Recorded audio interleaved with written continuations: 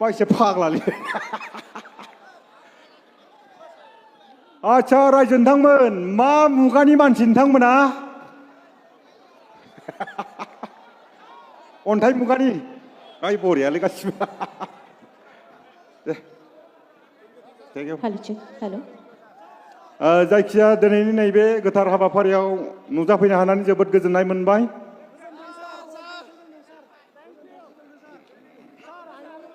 रायजो नोंथांमोन बेफोरबायदि स्टेजाव गोबां जायगायावनो माबा माबि बुंनानै बुथारजानो होसो जाबाय बेखायनो बेफोरबायदि माबा माबि बुंलाबायनायखौ एसे खम खालामबाय दा जियानो जा दामग्रा देग्राबो गैया दामग्रा देग्रा थानायमोनबा मेथाइ खननानै नोंथांमोननि गोसोखौ गोजोन होनो हागौमोन माबा माबि बुंनायखौ जों गारथारबाय दा जियानो जा लोगो मोनलायनानै जोबोद मोजां मोनदों गोबां आर्टिस्टफोर दंबावो दा गोबां आर्टिस्टफोरा नोंथांमोननि गोसोखौ गोजोन होगोन दा बेखायनो आङो नोंथांमोननिफ्राय बिदाय लाबाय गोजोन्थों गोजोन्थों रायजो नोंथांमोन माब्लाबा फैबावगोन दामग्रा देग्राबो गैया जाबाय नालाय लोगो मोनबावगोन माब्लाबा दा जियानो जा रायजो नोंथांमोन माथो बांसिन हिनजावफोरखौसो रग' नुजोबदों हिनजावफोरखौ रग' नुनायनि जाहोन दङ मानो होनबा आथिखालाव माइरंबाबो हिनजावफोरनि अरुण'दयबाबो हिनजावफोरनि आरो मा दंबावोमोनलाय सिलिन्डारबाबो हिनजावफोरनि स्कुटिबाबो हिनजावफोरनि दा हौवाफोरा न' नेनानै ओइ बेयाव थानाय आइजो नोंथांमोना सोर साबैसेया हौवाफोरनि ड्रेस सुनानै होयो आखाइ थिखांनाय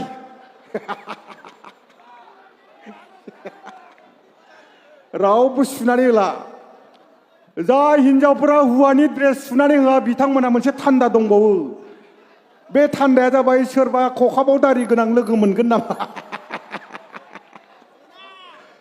सोरबा फैसा गोनां एकदम माहाजोन मालदार मोनगोन नामा होननानै हौवानि ड्रेसफोरखौ बाखुरा बेखायनो रायजो नोंथांमोन जाय हिनजावा गावनि हौवाखौ बांगालाराव खामानि मावनो थां कलकातायाव खामानि मावनो थां होननानै थिनबाय थायो बे हिनजावा माबा मोनसे थान्दा दंबावो बेखौ लानानै हौवाफोरा माब्लाबाबो खामानि मावनो थांनाङा बाहेराव बेखौ सानस्लानानैनो हिनजावफोरा आथिखालाव बै एसे थाखा गोनां खखाबाव दारि गोनां बेखौ सानस्लाबाय थायो ओइ सानसु फंबाय सानसुआ बे लाइननि जियानो जा रायजो नोंथांमोन सोरबा जुदि हौवाया बाहेराव थांदोंबा गाबोननिफ्रायनो फैफिन मानो होनबा आथिखालनि हिनजावखौ बारा फोथायजाला आच्छा हिनजावफ्रा दि खानाय बोयो मोनायाव माबोरै उन्दुयोब्रा मोनायाव माबायदि उन्दुगोन ओरै बोदलालायनानै ओरै मोनायाव उन्दुलाङानो खोमा उन्दुलाङो आरो बेलथाय नांगौबा ओरै बोलायनानै राइट बे खानाय बोनाय हिनजावफोरा माबोरै उन्दुयो होनना सानबाय थायो आं बेथ' मथा मथि बोसोरसेया एसे खस्थ' जायो जियानो जा रायजो नोंथांमोन दामग्रा देग्रा थानायमोनबा आंबो गोबां जायगायावनो मेथाइ खननानै सेन्देलनि प्राइज मोननाय मानसि नालाय दा खोन्थाया जाबाय दामग्रा देग्रा गैया दा बेखायनो अब्लाबो आंनो दामग्रा देग्रा नांलायालै होख्लायनोसै आं जाय सिख्लाखौ मोजां मोनो आफायाबो बिखौनो गोसो थोयो आं जाय सिख्लाजों दुरनाम जाबाय आफायाबो बिनि मुङैनो सेन्देल आलाय जाबाय गैलालै संसार बे मुलुगाव रायजो जानायालाय सिमाङावसै गैलालै संसार बे मुलुगाव रायजो जानायालाय सिमाङावसै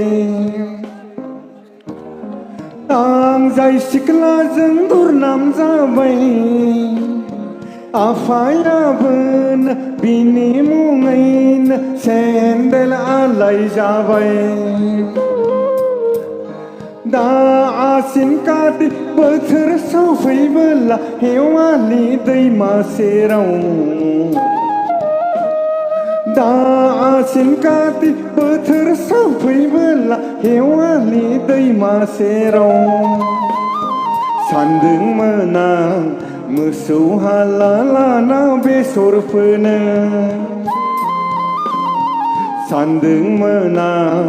मोसौ हाला लाना बेसर फोनो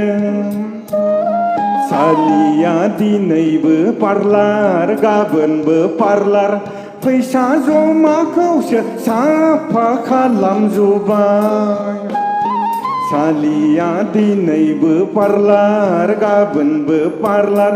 फैसा थाखाखौसो साफा खालामजोब्बाय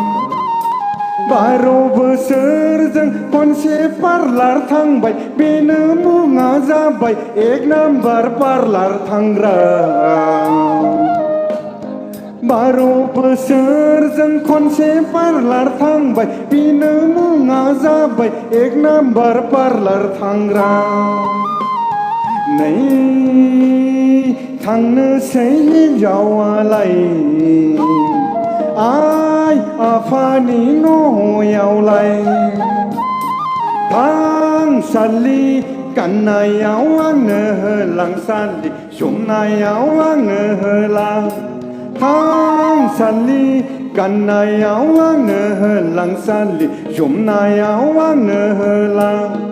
दाउ फाननायनि फैसाया सालि अमा फाननायनि फैसाया